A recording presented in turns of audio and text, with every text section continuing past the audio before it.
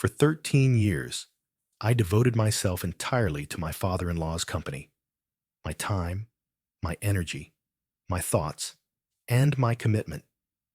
I dedicated my weekends, forwent vacations, and compromised my rest, all to elevate the struggling firm into a formidable empire valued at $90 million. dollars. It was more than merely a business to me. This was born from my imagination. I constructed it from the foundation, transforming setbacks into strategic triumphs, securing agreements that others considered unattainable, and elevating my father-in-law's name to one of influence and esteem. As I settled into the grand dining table that evening, enveloped by family members blissfully unaware of the tempest swirling beneath my composed facade, I caught the words that altered the course of everything. The new man in your wife's life will assume control from here on out. The voice was unmistakably hers, my wife's. Her tone flowed effortlessly, polished, as if she had meticulously prepared for this moment. Her father, positioned at the head of the table, offered a simple smile of agreement, as though this was merely another business choice, another alteration in authority that I was expected to accept without hesitation. I clenched the silverware tightly, yet I managed to keep my face devoid of any emotion. I chose not to reveal the turmoil within me, denying them the pleasure of witnessing my fury and sense of betrayal. The treachery of a man who devoted his existence to a purpose, only to be discarded as if he were a worker whose time had run out. I surveyed the surroundings of the table. The other family members were engaged in conversation and enjoying their meal, completely unaware of the importance of the words that had just been spoken. Perhaps they were aware all along, yet they opted for silence, hesitant to confront the patriarch's choice. It had always been that way. What he stated was absolute. What about me? I had been naive. A naive soul to think that loyalty held any significance. A naive belief that countless hours of dedication and effort would render me indispensable. A naive belief to think that my wife, the woman with whom I had constructed a life, viewed me as her partner instead of merely a substitute, her recent spouse. In that moment, I gazed at her with clarity, and a realization dawned on me, one that had eluded my understanding for far too long.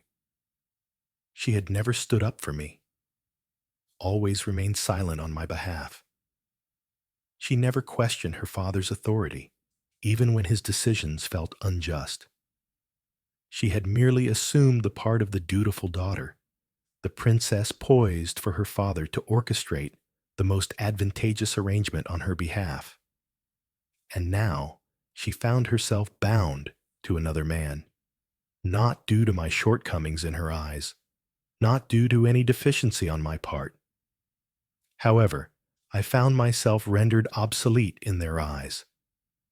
I set my fork down softly, arranging my napkin over my lap, upholding the facade of composure that had seen me through numerous business meetings. I would remain unresponsive, absent from this place, not at this moment. They anticipated fury. They anticipated opposition. They anticipated I would resist, as if I were oblivious to the game they were orchestrating. However, I perceive it now. The atmosphere buzzed with joy, the sound of glasses clinking, and the lively murmur of chatter. And yet, for me, all had fallen into a hush. I had constructed for them a grand empire, and they believed they could pass it off to someone else while I slipped away unnoticed. That night, slumber eluded me. The soft light of my study enveloped me as I gazed at the neatly arranged documents on my desk. Documents related to finances, legal contracts, and various agreements. Every piece of evidence I provided to this organization, to this household. They had misjudged my capabilities. They believed I was merely the one to carry the load, the naive one who had crafted their wealth while they maintained control. Yet they overlooked a crucial detail. The horse they had ridden for 13 years had mastered the art of running unaccompanied. And if they believed I would just turn my back on everything I had created, they were sorely mistaken. At 3 a.m., I found myself in solitude within my home office, the light from my laptop casting a glow that highlighted the resolve etched on my features. Rest eluded me this evening. Excitement surged within me as I meticulously sifted through each document, each contract, every financial statement I had ever signed. The treachery from that evening lingered in my mind, a chilling resonance that refused to fade. Your spouse's new partner will assume control now. Those words ought to have shattered me. My resolve should have been shattered by them. Yet, they had sparked something much more potent, a relentless blaze to reclaim what belonged to me. For 13 years, I had been meticulous. As my father-in-law donned the mask of a respectable businessman and my wife reveled in her luxurious lifestyle, I operated in the shadows, making moves that were subtle yet unmistakably calculated. I was not naive. I observed the dynamics of power within this family, the fickleness of loyalty, and the realization that the only individual I could genuinely rely on was myself. Thus, I made certain that my authority within the company was far from merely ceremonial. It was binding, unassailable, and unequivocal. My fingers danced over the keyboard as I accessed the executive shareholders agreement. The figures gazed at me, a vivid reflection of the tapestry I had woven throughout the years. 62%. That was the extent of my ownership in the company. Definitely not my father-in-law, not my spouse, not the unfamiliar person they chose to take my place. Myself. I reclined in my chair, letting out a slow breath. They believed they had trapped me, but little did they know I had already crafted my way out. They anticipated my silent departure. Instead, I intended to make it clear just who they were up against. At precisely 8:45 a.m., I entered the company headquarters, not as one who had been cast aside, but as one poised to incinerate their meticulously crafted schemes. The lobby buzzed with the energy of employees, executives, and assistants navigating their way through a flurry of meetings. Some acknowledged me with nods of respect, while others looked at me with a hint of uncertainty. The murmurs had begun to circulate. Has he caught wind of the latest update? Is he going to resign? What will he do next? I chose to overlook them. I didn't come for hearsay. I came for battle. Ascending in the elevator to the top floor, I entered my office, my mere presence casting a palpable tension throughout the room. Amelia Reyes, my assistant, glanced up from her desk, her expression revealing nothing of the turmoil that surely must have been swirling through the company grapevine. She had stood by my side for almost 10 years, unwavering, astute, and perpetually a step ahead. Let's arrange a board meeting for noon, I declared, placing my briefcase on the table. She paused for just a moment before giving a nod. Got it. Is there anything more? Indeed, I spoke with a serene tone. Contact the legal department. I want them prepared. Her gaze shimmered with comprehension. The battle was underway. As I finally sank into my chair, a sense of eager anticipation washed over me, ready for their next move. My father-in-law would not hesitate for a moment. He would leverage his connections, urge the executives to embrace the transition, presenting it as an essential change in leadership. He would invoke my wife's name to strengthen his case. After all, Who would dare to challenge a man entrusting his business to his daughter and her newlywed partner? The issue was that I was more than just a name on a sheet of paper. The name on the contract that held significance was mine. At precisely 9 a.m., as if orchestrated, my office door burst open without a hint of a knock. My father-in-law strode in first, his presence as imposing as always, with my wife trailing behind. She stood with a grace that suggested this was merely another gathering. Suddenly, he entered the room. The alleged new spouse. He stands tall and young, exuding confidence, precisely the kind of man my father-in-law would deem fit to assume my role. He radiated an air of superiority, a self-satisfaction that stemmed from the conviction that victory was already his. I nearly chuckled. "I take it you know about the transition," my father-in-law remarked, his tone heavy with anticipation. I reclined in my chair, fingers interlaced in a thoughtful pose. Change. Fascinating selection of language. The man next to my wife wore a smirk, as though he found this entertaining. I chose to disregard him. He existed merely as a temporary figure, a mere piece in another strategy. I concentrated on the genuine danger, the individual who had masterminded this treachery from the outset. "We require your guidance during the handover," my father-in-law insisted. "We anticipate complete collaboration." I let out a slow breath, gently shaking my head. They truly believed they had all the answers in place. "You lack the authority to make that decision," I stated, my voice unnervingly composed. A brief flash of annoyance crossed his features. My wife's demeanor remained largely unchanged, yet the self-satisfied grin on her new husband's face wavered. I extended my hand toward the remote resting on my desk and pressed a button with purpose. Behind me, the enormous screen on the wall illuminated, showcasing the executive shareholders' agreement. Their gaze flickered toward the paper. First came the confusion, followed swiftly by a wave of panic. This document clearly indicates that any transfer of power necessitates the approval of the majority shareholder, I remarked, observing as the gravity of the situation began to sink in for them. And that would be I. Stillness. Weighty. Indisputable. For the first time, my father-in-law's facade of calm shattered. "This is impossible," he muttered. "No," I corrected, my voice slicing through the air. "What's truly impossible is believing I would invest 13 years crafting something, only to allow you to take it from me."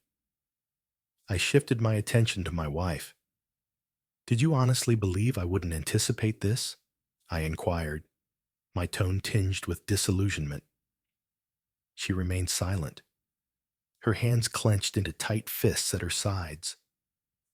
I allowed the silence to linger between us before turning my gaze to the man next to her, the one who had entered with the belief that he was on the verge of claiming an empire. I presented him with two options. You have the option to stay and collaborate with me, or you can choose to leave this company for good. His face flushed with color, his jaw tightened in a firm grip. He glanced at my wife, then shifted his gaze to my father-in-law. He had anticipated a triumphant celebration, not a moment of public disgrace. He left in a huff, silence hanging in the air. My father-in-law paused for just a moment before he decided to follow. My wife hesitated for just a moment longer. She locked eyes with me, probing for an answer. Fury, remorse, fragility. She discovered nothing. Years were dedicated to constructing this empire, and if they believed they could seize it from me, they were about to discover just how mistaken they truly were. The atmosphere in my office remained heavy with unease long after my father-in-law and my supposed successor had left in a huff. My wife remained in place, her hands tightly balled at her sides, the meticulously crafted facade of indifference beginning to falter just a bit. She had never been accustomed to defeat. Her father was not either, yet today they faced defeat. I reclined in my chair, observing her intently. She lingered in anticipation, hoping I would shatter the stillness to offer her something meaningful, a clarification, a debate, a response. However, I had moved on from that game. "You knew," she finally said, her voice low yet tinged with a piercing intensity. "You were aware from the very beginning." I inclined my head just a bit, as though pondering her words. What precisely was I aware of? Her nostrils widened. "Don't act oblivious. You were aware of my father's intentions. It was clear he would also shift the direction of the company." She caught herself just before uttering his name. She was under no obligation to. I exhaled gently, my fingers drumming softly against the desk. "Naturally, I was aware," I replied with ease. "I understand the way your father functions. He follows a familiar pattern. He believes that power is merely a tool he can rearrange at will, much like a deck of cards. He misjudged my capabilities, exactly as you did." Her lips formed a tight, straight line. "This doesn't need to escalate into a conflict, you realize?" I chuckled, the sound devoid of warmth and mirth. "It truly is, my dear." Her eyes darted to the enormous screen behind me, which continued to showcase the shareholder agreement, the document that had just unraveled all of their meticulously crafted schemes. I witnessed the moment dawn on her, the comprehension that the life she had anticipated, the smooth shift she had imagined, had just been consumed by fire. "What comes next?" she inquired. "Do you really believe you can exclude me like this? Will my father accept this?" I rose, with intention and care, and circled the desk. She tensed a bit as I came to a halt directly in front of her. "Let's clarify a few things," I said, my tone measured. "Your father is no longer in charge of this company. I certainly do. If you wish to remain in this arena, you will adhere to my conditions." She let out a derisive laugh. "I am not under your control." A smile crept across my face. "No, but I govern what is significant. At this moment, that represents the future of this organization. If you believed I would simply step back and allow you and your new husband to glide in, you clearly don't understand me as well as you presume." Her jaw clenched. She had always excelled at concealing her feelings, yet I understood her too intimately. She was in a state of distress. "This isn't over," she whispered. Her voice resonated with a sense of urgency, overshadowing any trace of assurance.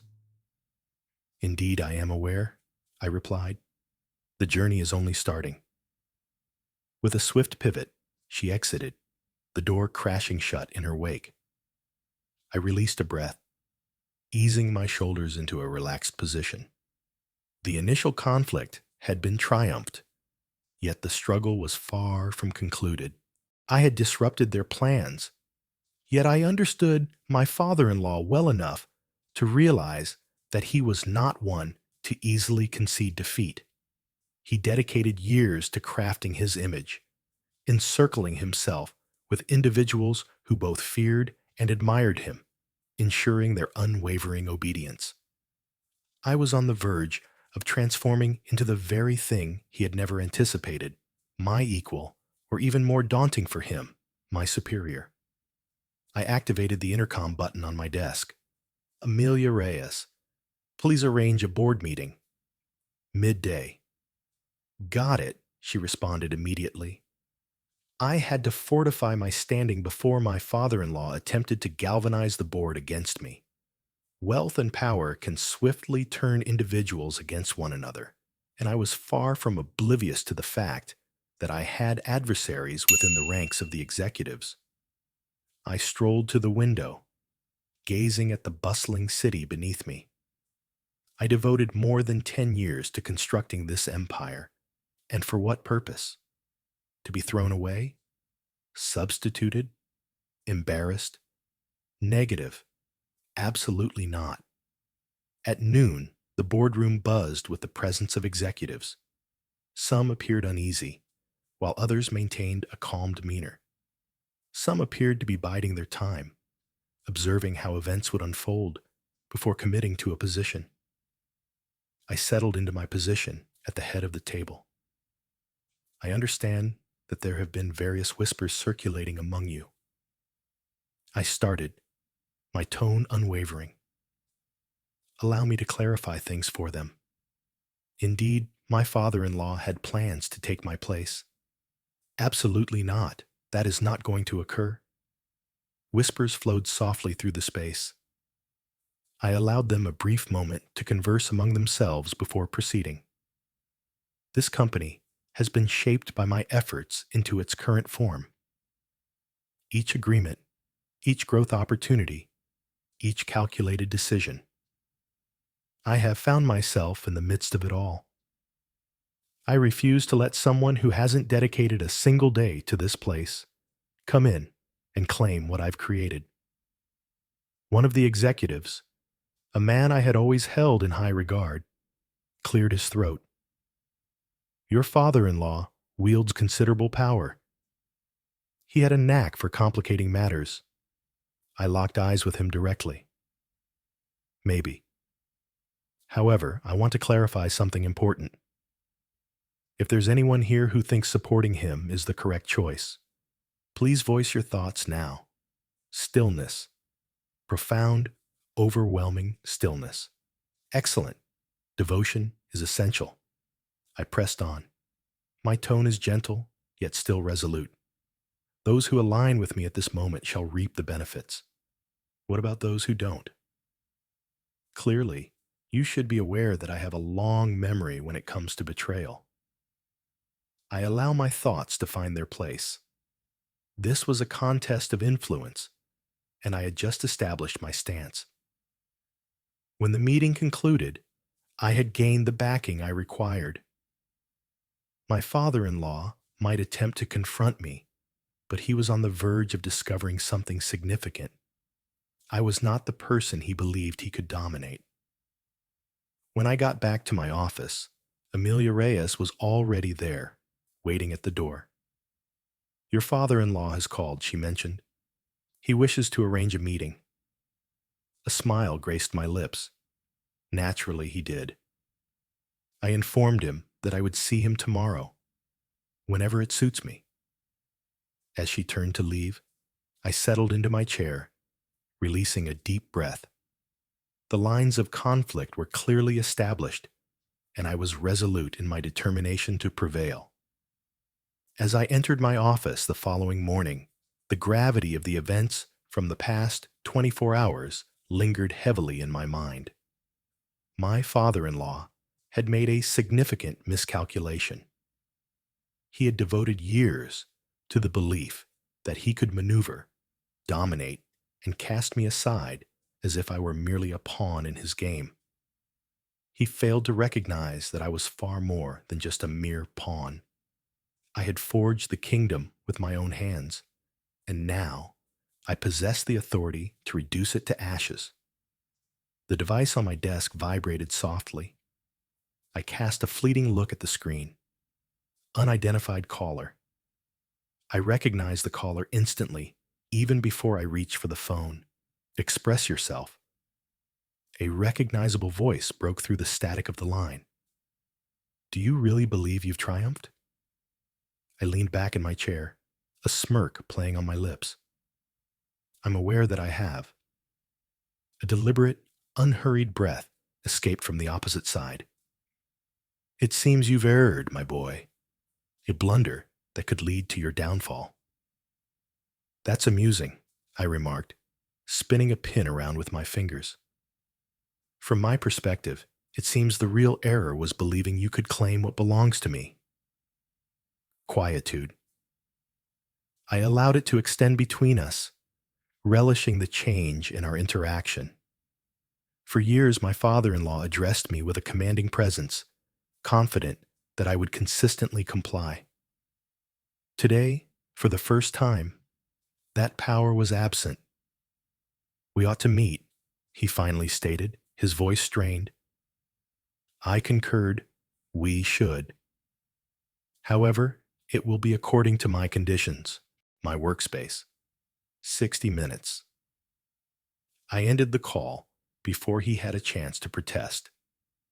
I refused to allow him to dictate the environment, the mood, or the situation.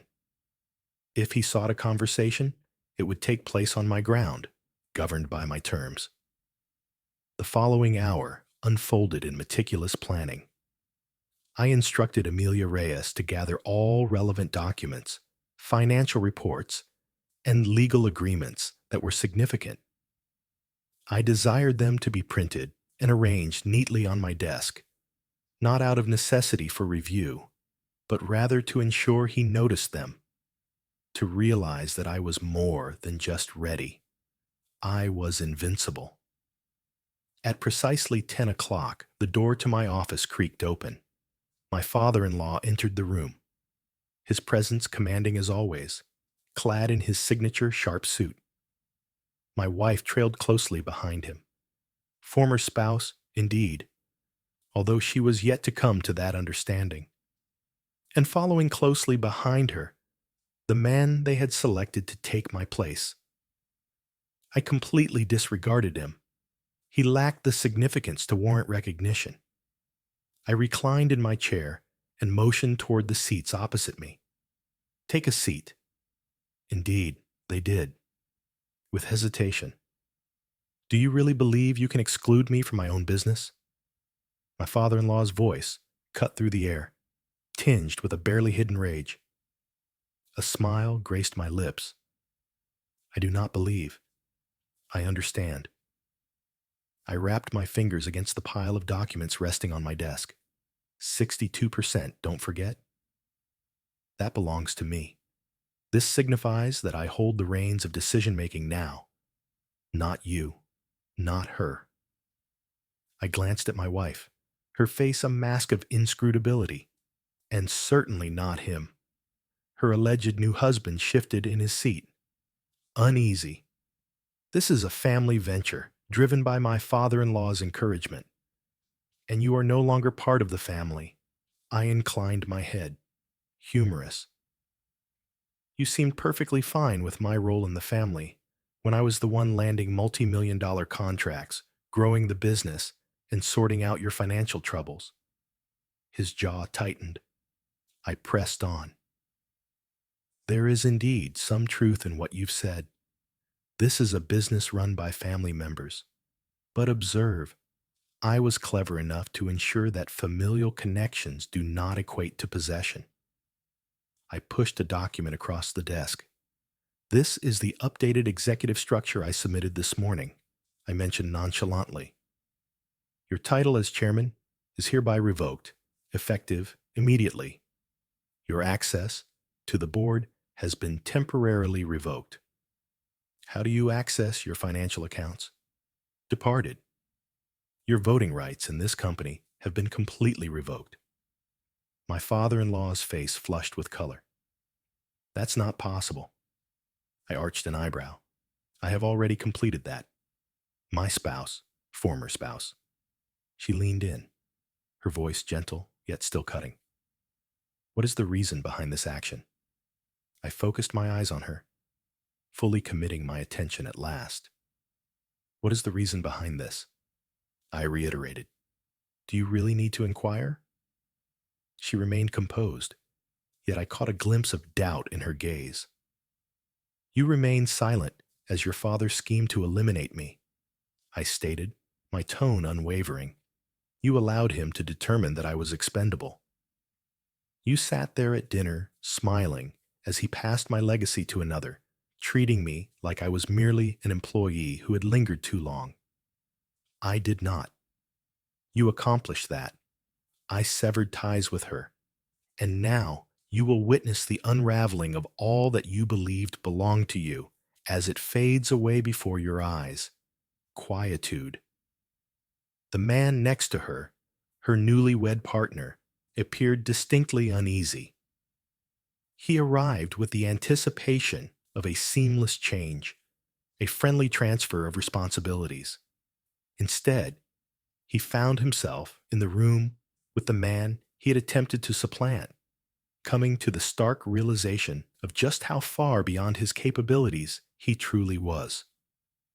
I glanced back at my father-in-law. You created this company, but I transformed it into an empire. What comes next?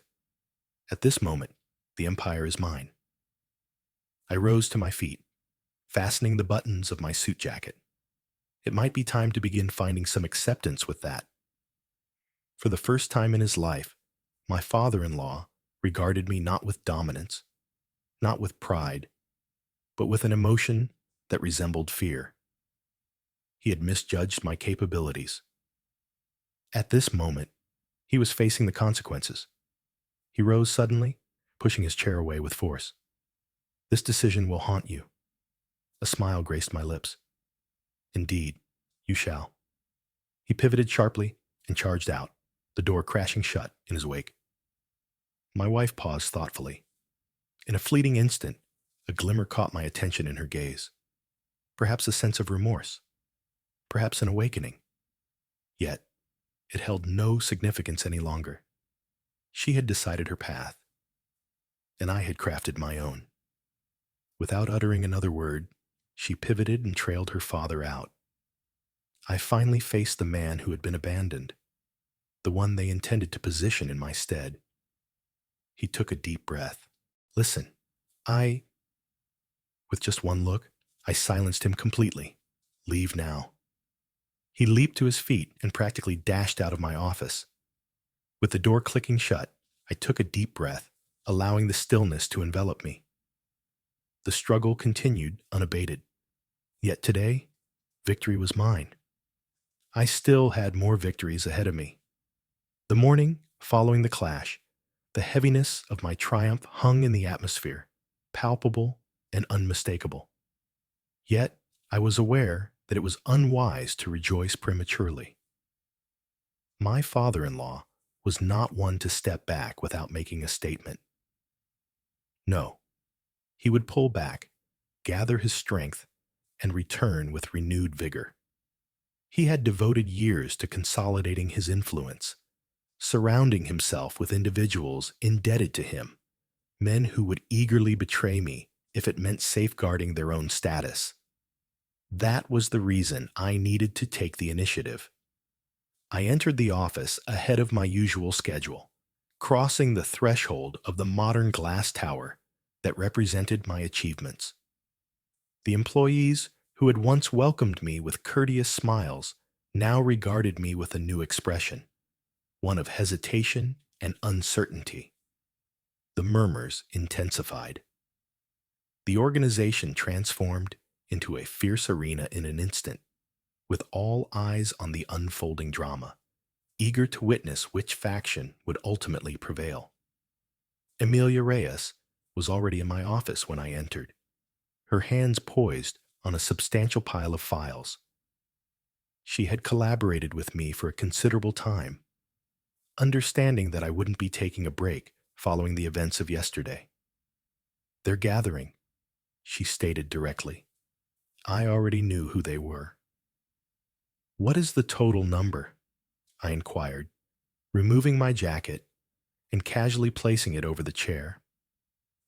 Late last night, a gathering of 5 board members convened with your father-in-law. This morning, 3 additional individuals were reached out to. He's presenting them with incentives, bonuses, future roles, anything to sway their votes against you in the upcoming emergency board meeting. I chuckled softly, shaking my head in amusement. Unsurprising, he is in a state of utter desperation. I pondered, settling into my chair and surveying the papers she had organized. She cautioned that men driven by desperation can pose a significant threat. She was indeed correct. My father-in-law embodied many qualities, yet he was never one to concede defeat without a fight. If he couldn't overcome me through honest means, he'd resort to manipulation, distorting the story to portray me as unsteady or incompetent. This required me to execute my next action with such force that no one would even think of opposing me again. I opened one of the files, quickly reviewing the contents. The audit of the company's financials was thorough, a revelation my father-in-law never anticipated anyone would uncover. "You went digging?" I remarked, raising an eyebrow at Amelia Reyes. "You compensate me for my attention to detail," she replied with a casual shrug. I reclined, savoring the opportunity to fully comprehend the figures laid out before me. Concealed deficits, poorly handled finances, and theft masquerading as operational costs. My father-in-law wasn't merely attempting to exclude me. He was attempting to conceal his own actions. I let out a slow breath, my fingers drumming lightly on the desk. What is the extent of the board's knowledge? Silence prevails. He has concealed it effectively. What if we go ahead and release this? Amelia Reyes paused for just a moment. It would shatter him. I nodded, my thoughts swiftly navigating the possibilities. "Arrange a board meeting," I instructed. "When is it scheduled for?" "Today." Her eyes sparkled with insight. "Without a doubt. Trust your instincts. I will handle the calls." The conflict had reached its peak, and today I would bring it to a conclusion. By noon, the boardroom was packed with executives, each donning meticulously controlled expressions. They sensed an impending change. At the far end of the table sat my father-in-law, his posture rigid and unyielding. As soon as I stepped in, his gaze was fixed on me. I kept my gaze steady. I settled into my position at the head of the table, letting the silence linger just enough to create a sense of unease among them. "I convened this meeting for a singular purpose," I stated at last, my tone steady, "to explore the prospects of this company." A couple of the board members shared knowing looks. My father-in-law leaned in, his fingers woven together. "The future is being shaped as we speak," he remarked with a calm assurance. "The dilemma lies in your choice to embrace it or resist it." I offered a gentle smile, my head tilting ever so slightly. "Oh, I'm embracing it. I'm crafting it." I reached into the folder before me, extracted a hefty bundle of papers, and pushed them across the table. I announced the company's financial records, observing the executives as they leaned in, particularly regarding the documentation of mismanaged funds, concealed debts, and unauthorized transactions.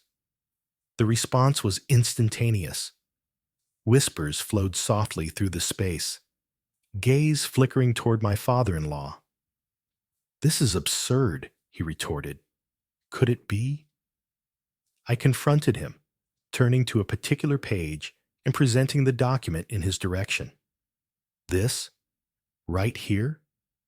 A total of $14 million has been directed into offshore accounts associated with your name." A hush enveloped the room. One of the board members, a man who had consistently stood by my father-in-law's side, cleared his throat. "Is this accurate?" My father-in-law's face remained stoic, yet I could sense the tightness in his shoulders. He found himself trapped, fully aware of his predicament. "This is a personal family issue," he stated, his tone now more subdued. "Negative." I adjusted my tone, sharp and precise. "This pertains to a business issue. As the primary stakeholder, it is my responsibility to safeguard this company against any form of corruption." Whispers abound. The tide was changing. I leaned in, emphasizing my argument with conviction. "You aim to strip away all that I hold dear. Instead, You simply provided me with all the tools necessary to bring you down. A lengthy silence. At last, my father-in-law let out a slow breath, his eyes locking onto mine. For the first time, he appeared genuinely vanquished. "What is it that you desire?" he inquired. I stated your resignation without a moment's pause. In effect, right away, increased quietude. To my astonishment, he gave a nod. "All right." A soft intake of breath from one of the board members. Even my wife, now my ex, appeared taken aback. I also included the shares. "Send them my way." My father-in-law tightened his jaw. "You're testing the limits." "No," I stated plainly.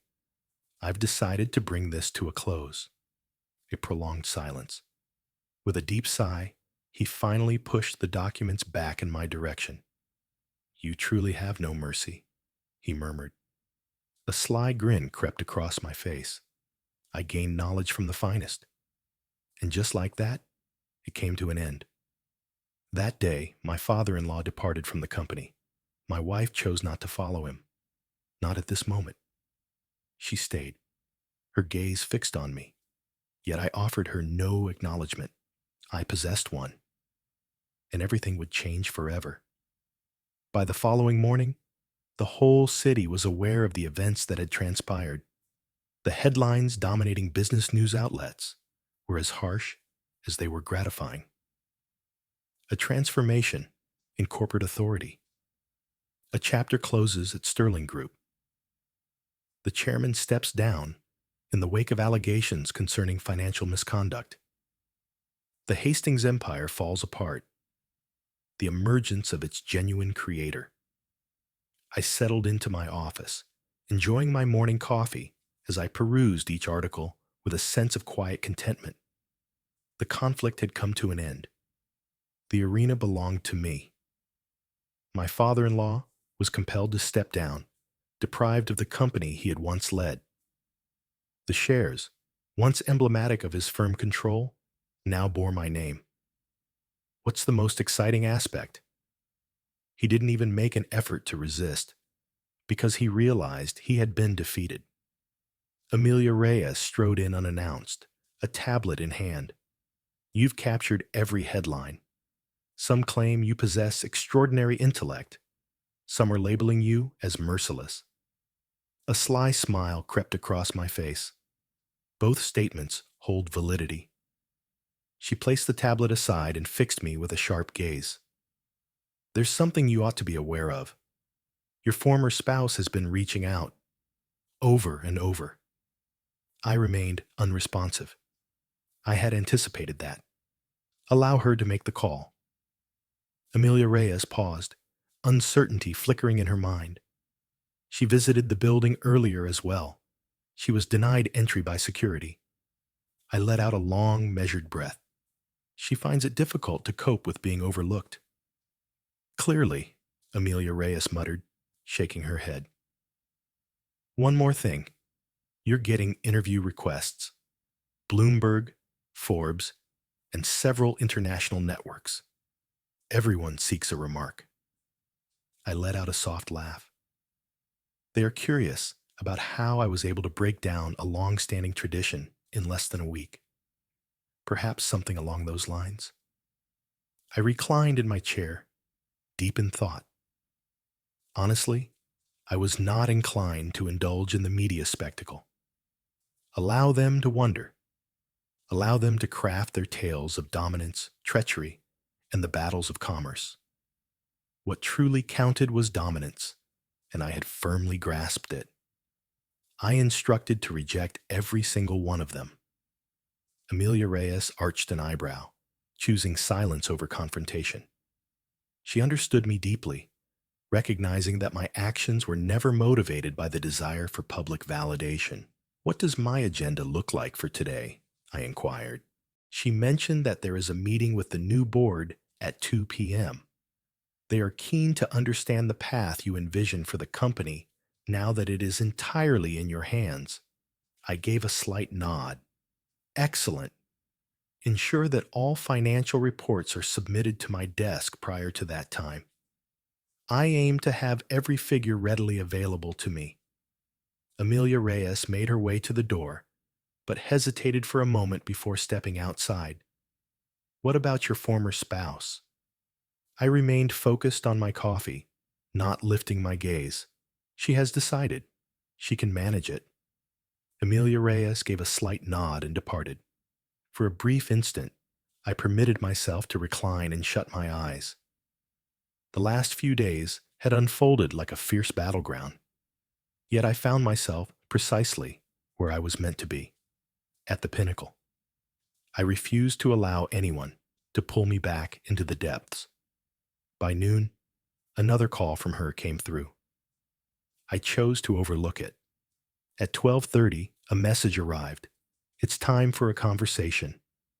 A sly grin crept across my face at how straightforward it was, as though a handful of words could reverse it all.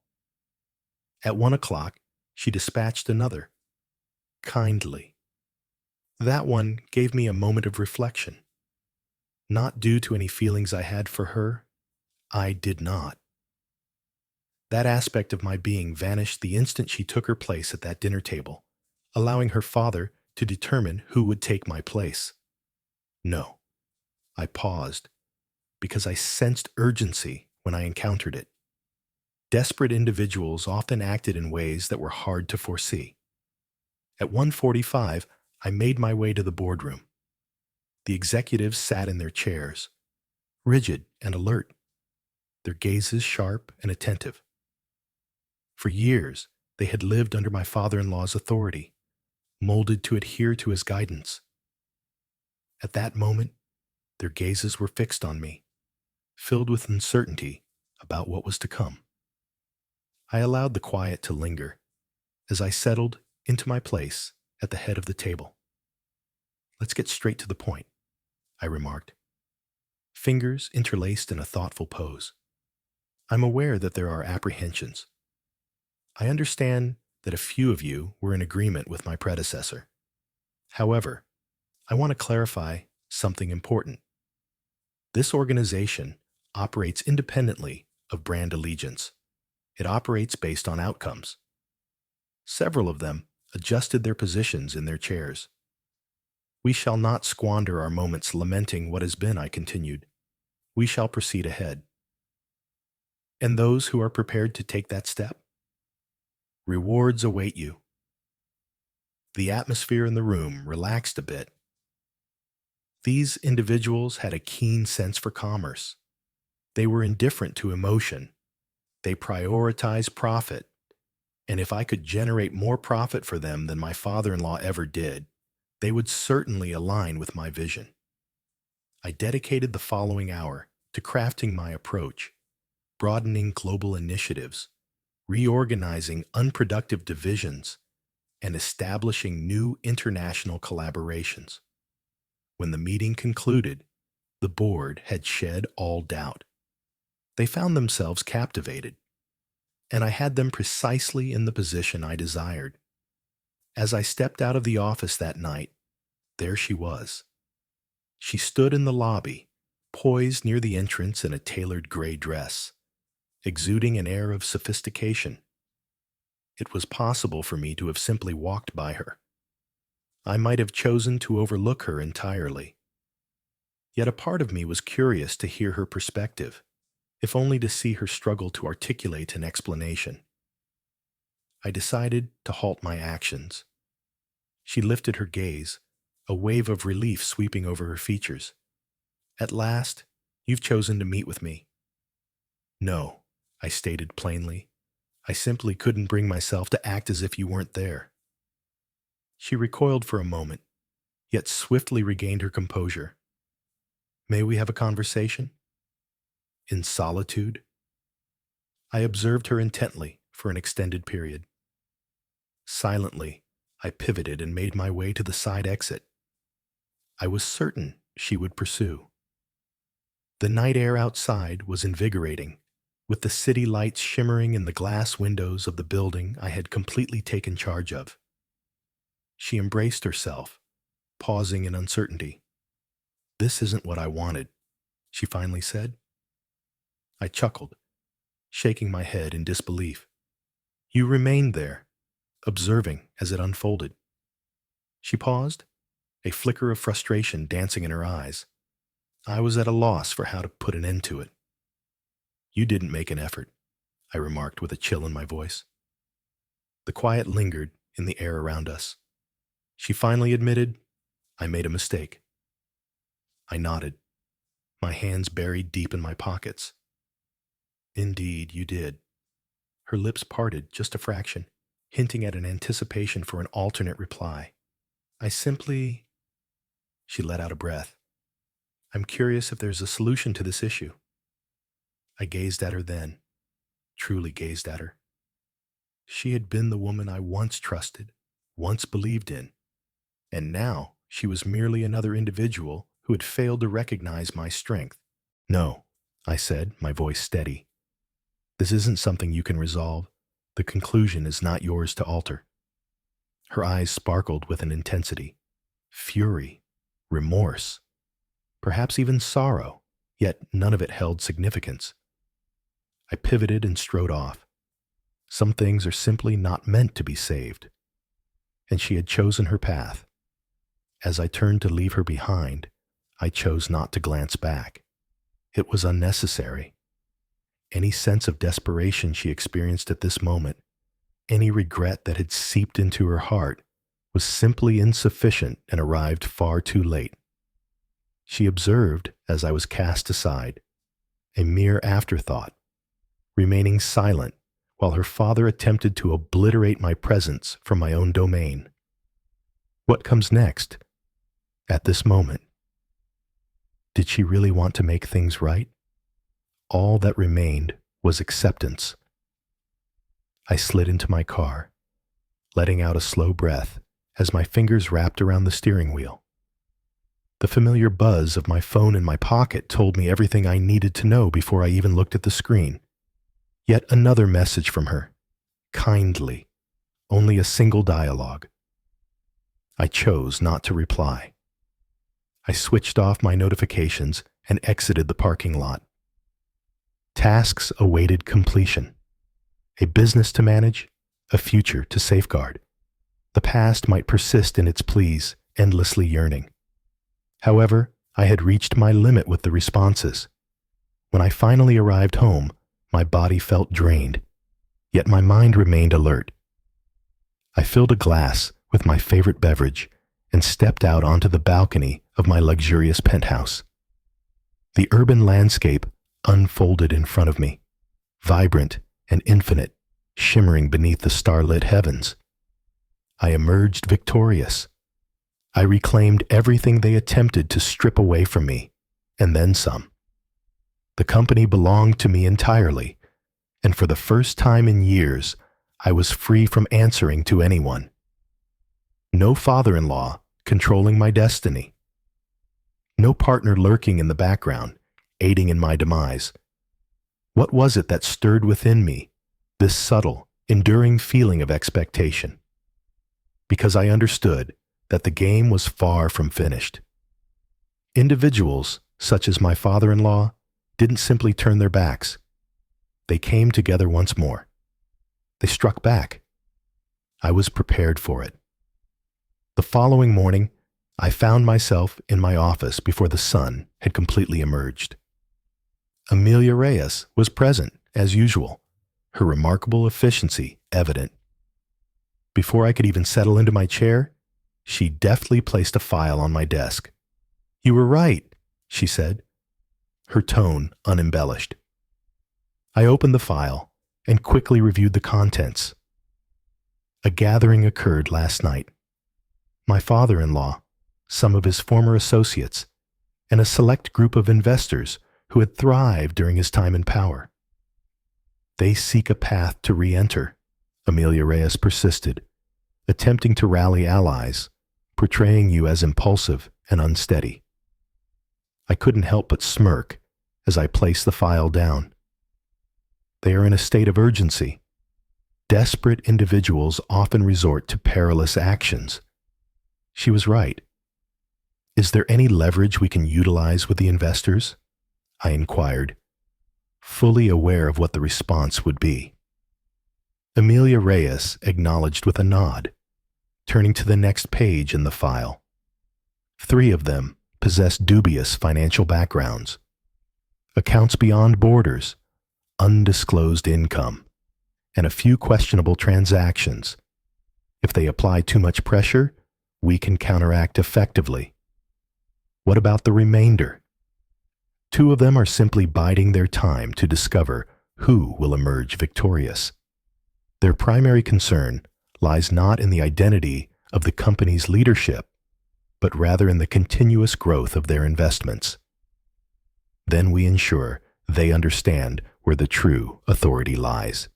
I reached for my phone and called the number of the most prominent investor on that list, a man who amassed his wealth through the efforts of others, devoid of any genuine concern for loyalty, driven solely by the pursuit of profit.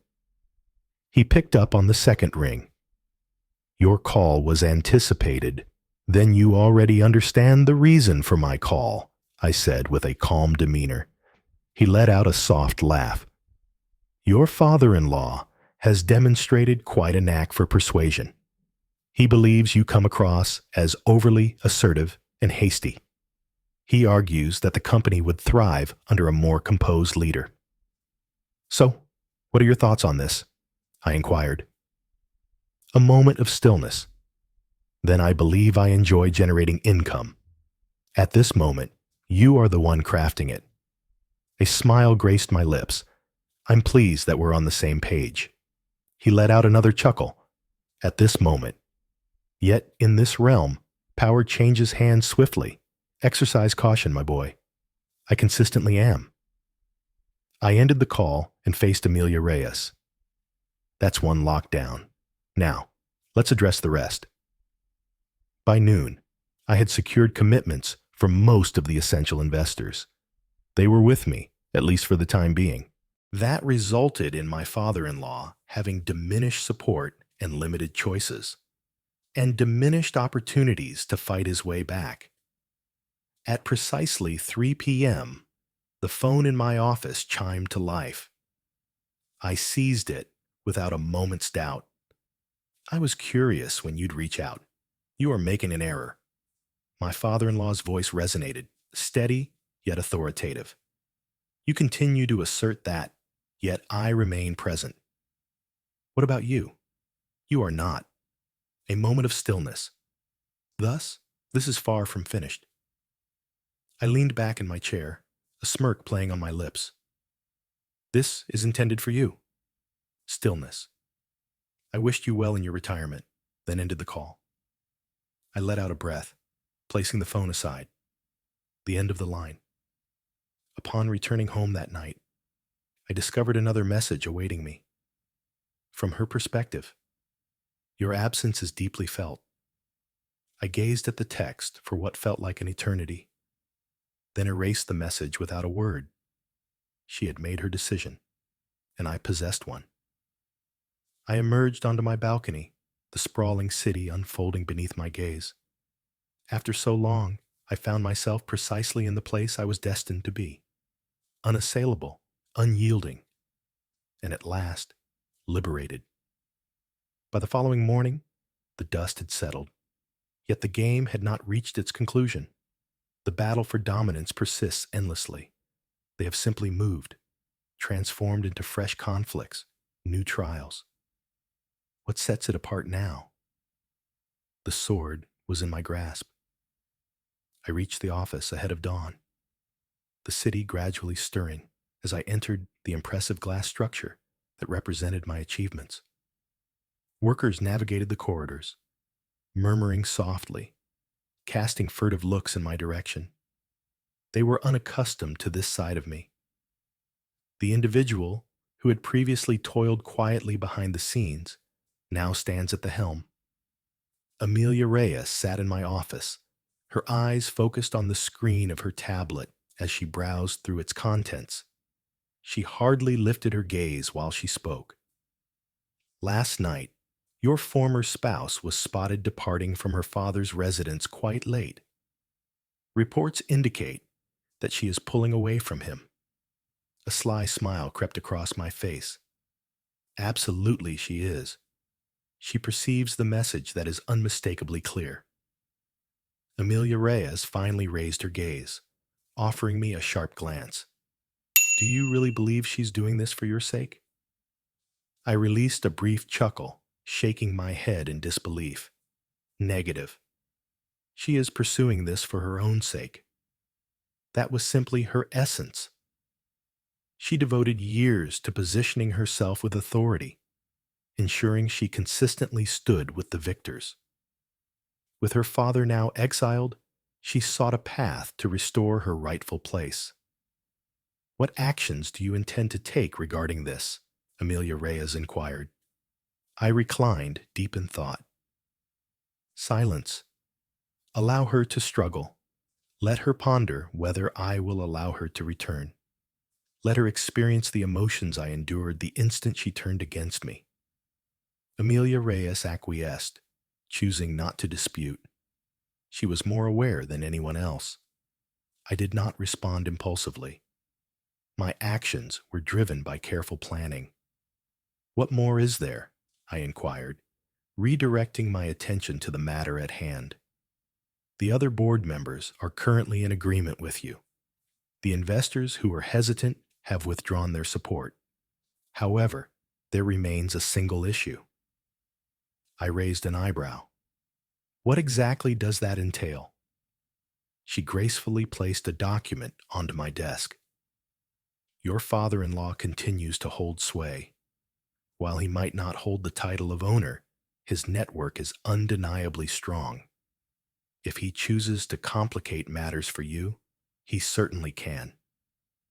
I skimmed through the document. It outlined his remaining assets, his political connections, and his skill in influencing specific markets. He continues to battle on. I pondered. Amelia Reyes nodded in agreement. He's simply biding his time for the right moment. I let out a slow breath, my fingers drumming lightly on the desk. In that case, I won't provide him with one. Arrange a meeting with the board, I instructed. I need to ensure that every detail is meticulously secured before he takes his next step. She replied, already in motion, as she exited the office. I shifted my chair to face the window, looking out at the sprawling cityscape. This was the aspect that remained unspoken, the aftermath of your victory. Many believed that triumph marked the conclusion, yet it never truly was. Control needed to be upheld, protected, fortified. I refused to allow anyone to snatch it away from me once more. By noon, the boardroom was filled to capacity. The ambiance had shifted significantly. All doubts are gone, and allegiances are clear. They were all aware of the source of authority. As I surveyed the room, I announced, we're going to delve into the topic of expansion. Sterling Group has expanded beyond its domestic roots. We're expanding our reach worldwide. A handful of astonished looks. A few inclined their heads in agreement, already contemplating the consequences. We have depended on outdated approaches for far too long, I went on. We responded to situations as they arose. At this moment, we shall take the initiative. Emerging opportunities, fresh capital. We actively pursue opportunities instead of waiting for them to come to us. We bring them to life. An executive adjusted his position in the chair. That will necessitate substantial financial backing. A smile graced my lips. I understand. Amelia Reyes gracefully pushed another document across the table. We have commenced the process of securing private capital. In the upcoming 3 months, we will secure the necessary liquidity to pursue our initial international acquisition. Whispers of agreement. My father-in-law had devoted years to managing this company as if it were his own realm, focusing on consolidating influence instead of fostering genuine growth. That was his greatest error. He took on the role of defense, I had no intention of doing that. I was determined to prevail. That night, as I was leaving the office, my phone exploded with notifications. Unidentified caller. I had already figured out who it was. I responded, lifting the phone to my ear in silence. A gentle breath released from the opposite side. Your argument is clear. A sly smile crept across my face. Have I? A moment of stillness. At that moment, you believe you've triumphed. You believe this has come to an end. It's finished, I declared as I slid into my car. You simply refuse to acknowledge it. You're treading on thin ice, my boy. I'm done with this game. You exist. And you were defeated. Quietude. I pressed on, suggesting retirement. Savor the remnants of your impact before it fades away entirely. If you approach me once more, I won't merely seize your company. I will embrace your legacy. A lengthy silence. At last, you truly embody a sense of ruthlessness. I expressed my gratitude before ending the call. I placed my phone aside, letting out a breath. That marked the final occasion my father-in-law attempted to confront me. After 3 months, Sterling Group achieved its inaugural international acquisition, marking its entry into the European markets. The figures soared dramatically. From my office window, I observed the stock price ascend. The urban glow dances upon the surface of the glass. I emerged victorious. More than merely the conflict, no one will ever take this away from me again. On that particular night, I received yet another message. From her perspective, my feelings for you remain strong. I gazed at the message for an extended moment before responding. I do not. And with that, I severed all communication by blocking her number. Power transcends mere victory. It's about recognizing the right moment to step back. I never glanced back. The metropolis was always alive, its pulse steady and unyielding. Nor did power. As others went about their daily lives, I found myself several steps ahead, meticulously planning my next action. Power transcended mere possession. It was centered on growth. And if my father-in-law had dedicated years to safeguarding his empire, I was determined to invest the next decade expanding mine beyond his wildest dreams.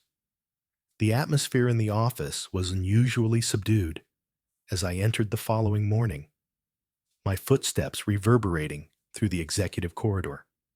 Sterling Group had embarked on its journey of global expansion, with the initial phase of international acquisitions firmly secured. Yet tasks remained to be accomplished. Amelia Reyes stood there, as she always did, a fresh folder clutched in her hands. She handed it over, stating that these are the figures from our latest acquisition.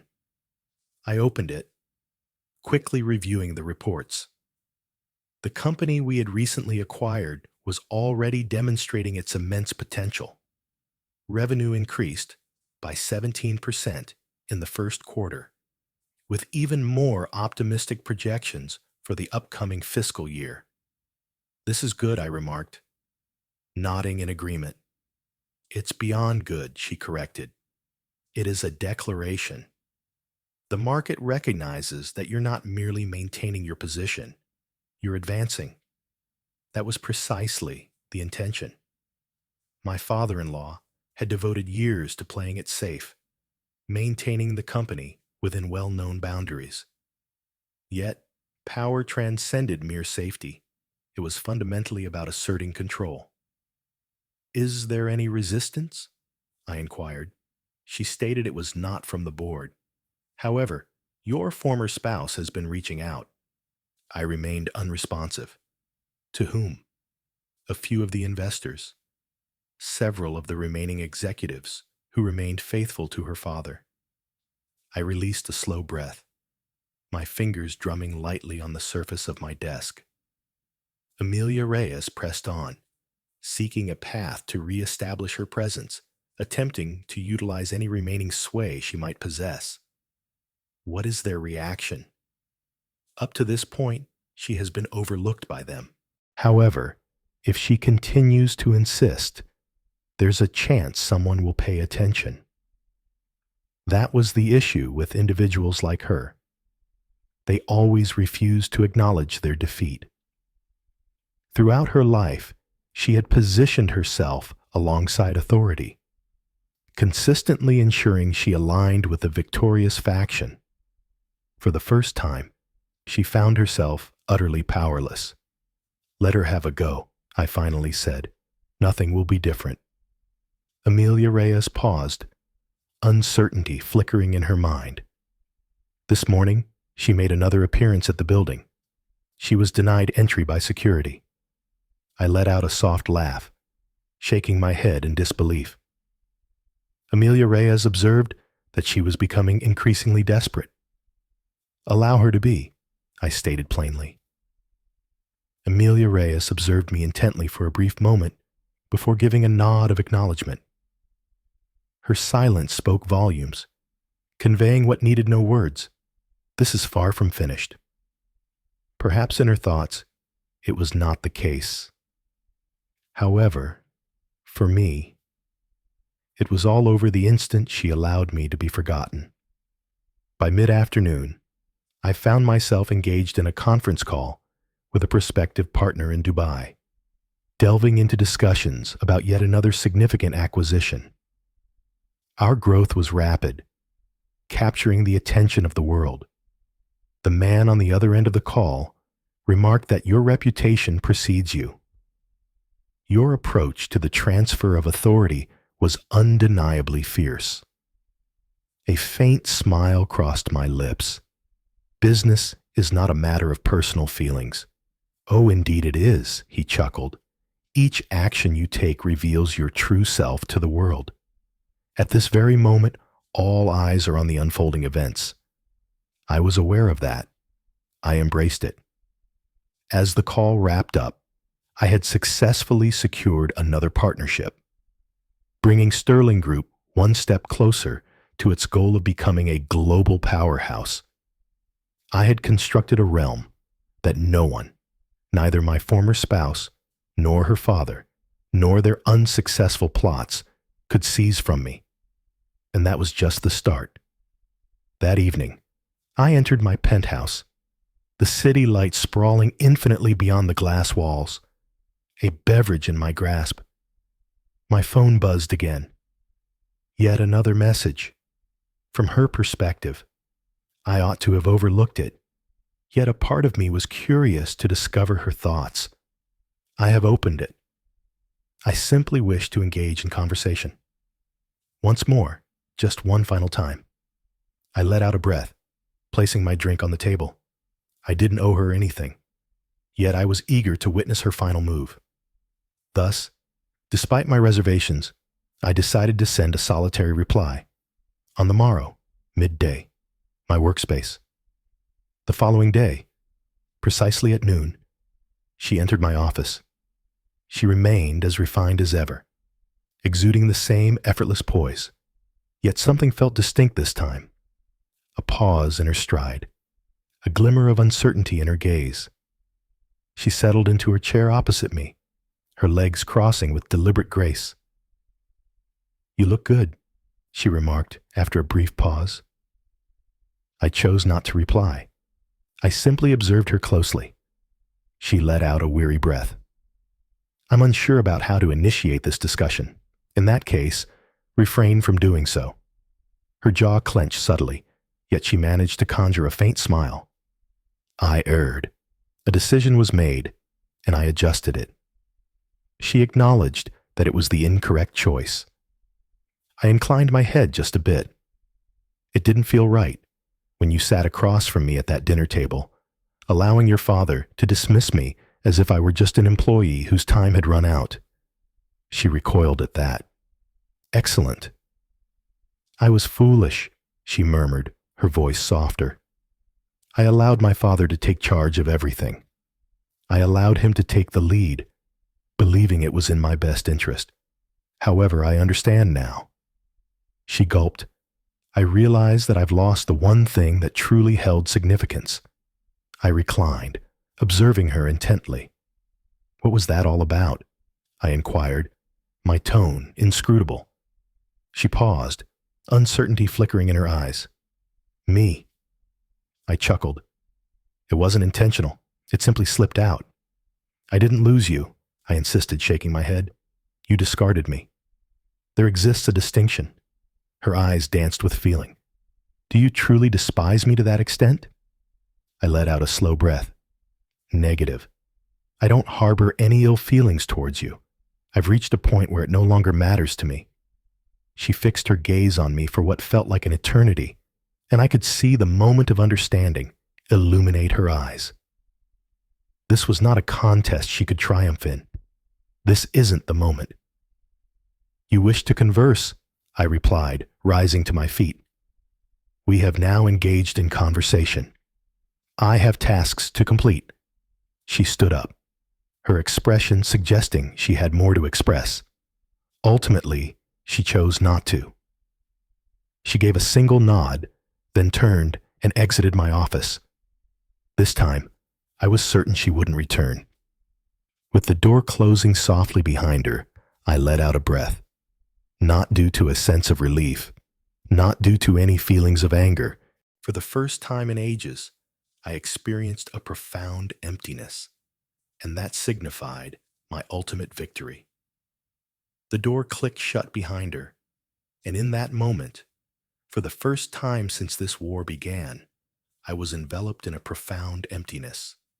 Neither fury, nor remorse, nor a sense of fulfillment. Only a chilling, hushed conclusion.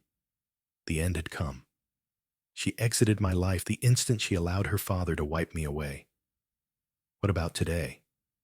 I had repaid the kindness. I returned to my desk, my fingers lightly brushing against the smooth surface as I let out a breath. All distractions had faded away, all betrayals had been revealed, and there were no more conflicts to engage in. I emerged victorious. And yet, the city beyond my office window continued its relentless pace, oblivious to the battles I had fought and triumphed over. The world carried on, indifferent to triumph. I couldn't either. A vibration from my phone interrupted the silence. Emilia Reyes's voice resonated from the speaker. The journalists are continuing to seek an interview. They are eager to hear your formal response now that all matters have been resolved. I chuckled softly, shaking my head in amusement. Allow them to ponder. No one was entitled to an explanation from me. Got it, she replied. A moment of stillness. Just so you know, your former spouse has just exited the premises. I understand. She appeared transformed, less confident in her own abilities. She will find her way, I stated plainly. Emilia Reyes chose not to delve deeper. She simply didn't. She grasped my essence more profoundly than many others. She added, There's one more thing. Your father-in-law has formally resigned from all his remaining roles. He has stepped down from all boards, beyond every financial realm. The investors have severed their connections. He no longer holds any significance. I gave a slight nod. Excellent. That was the last element, the final unraveling strand. He had devoted years to orchestrating from the confines of a desk, maneuvering individuals as if they were mere pawns on a chessboard. He had established a reputation, a legacy, an enduring mark. And now, he had become just another overlooked entrepreneur. Lyricism flows through every line. Emilia Reyes spoke with caution. There's one final matter to address. His legal team made contact. A meeting has been requested by him.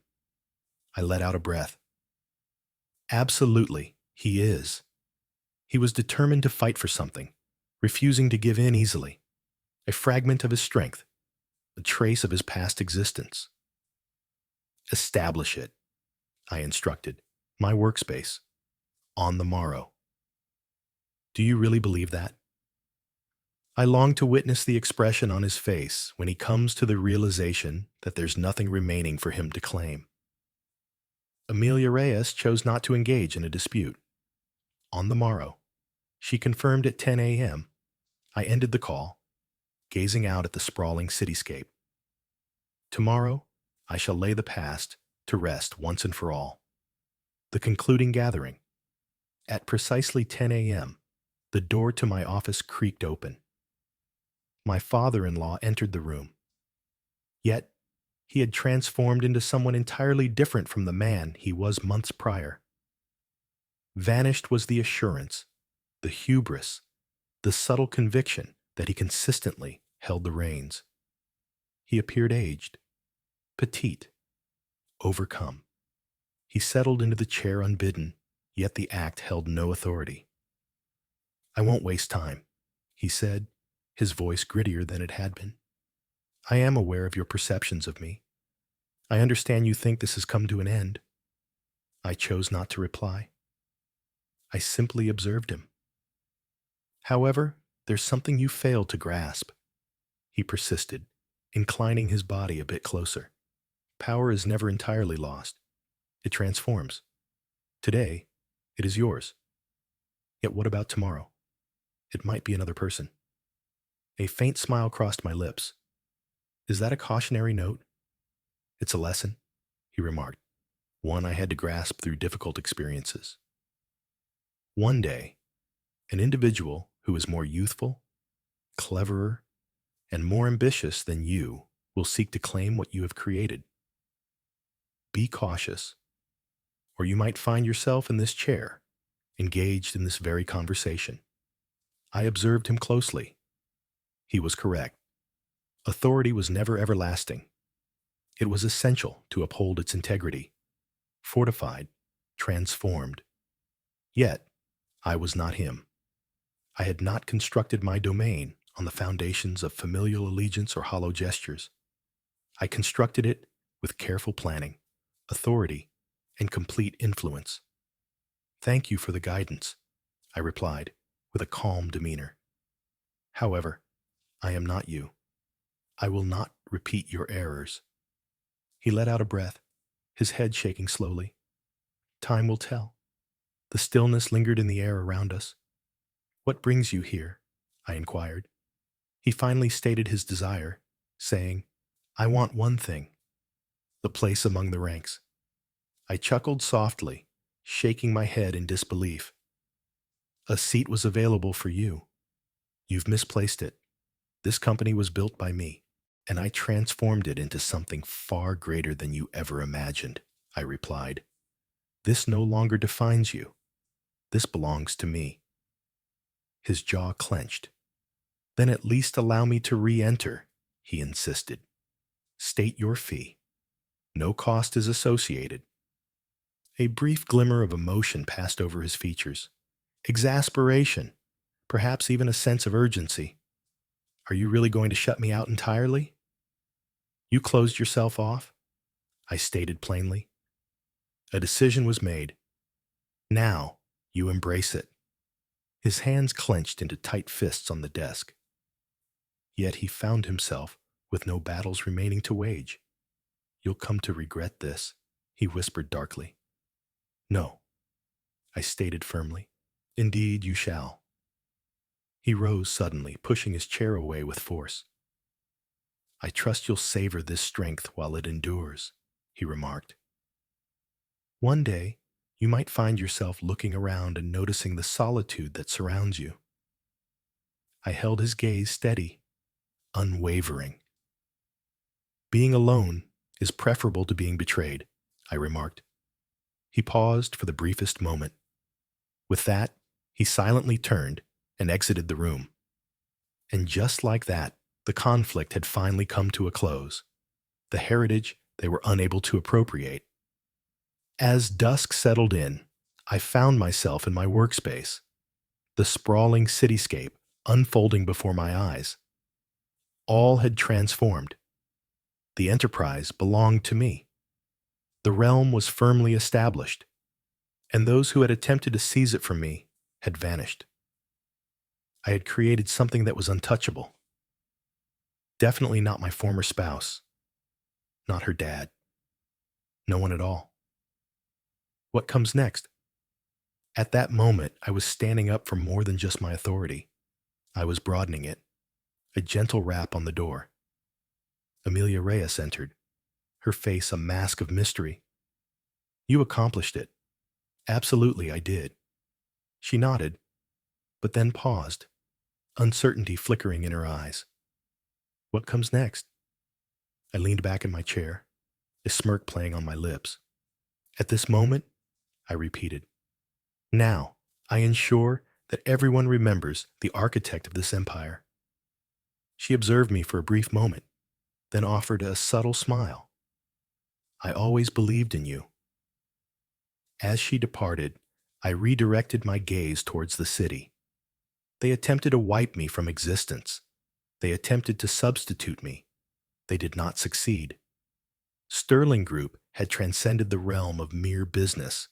It was my gift to the world, and I would ensure that it would never be taken from me again.